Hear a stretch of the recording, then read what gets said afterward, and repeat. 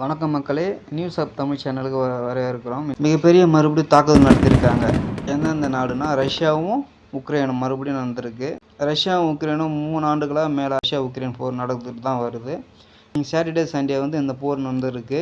இதில் 458 ட்ரோன்களும் 60 ஏவுகணைகளும் மூலமாக Russia attack பண்ணியிருக்காங்க. இதில் 249 ட்ரோன்கள் சுட்டு வீழ்த்தப்பட்டதாகவும் ரஷ்யா தரப்புலேருந்து சொல்லியிருக்காங்க.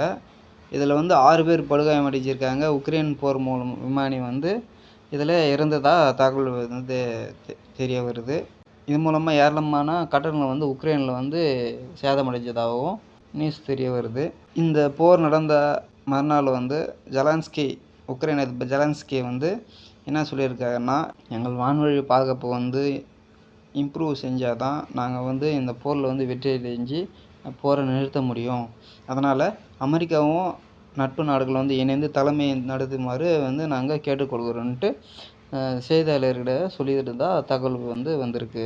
இதுபோல் நியூஸ் வீடியோக்களை தெரிஞ்சுக்கொள்ள நம்ம சேனலை சப்ஸ்கிரைப் பண்ணுங்கள். மறக்காமல் பெல் பட்டனையும் அழுத்துங்க. லைக் பண்ணுங்கள், ஷேர் பண்ணுங்கள். தேங்க்ஸ் ஃபார் வாட்சிங்.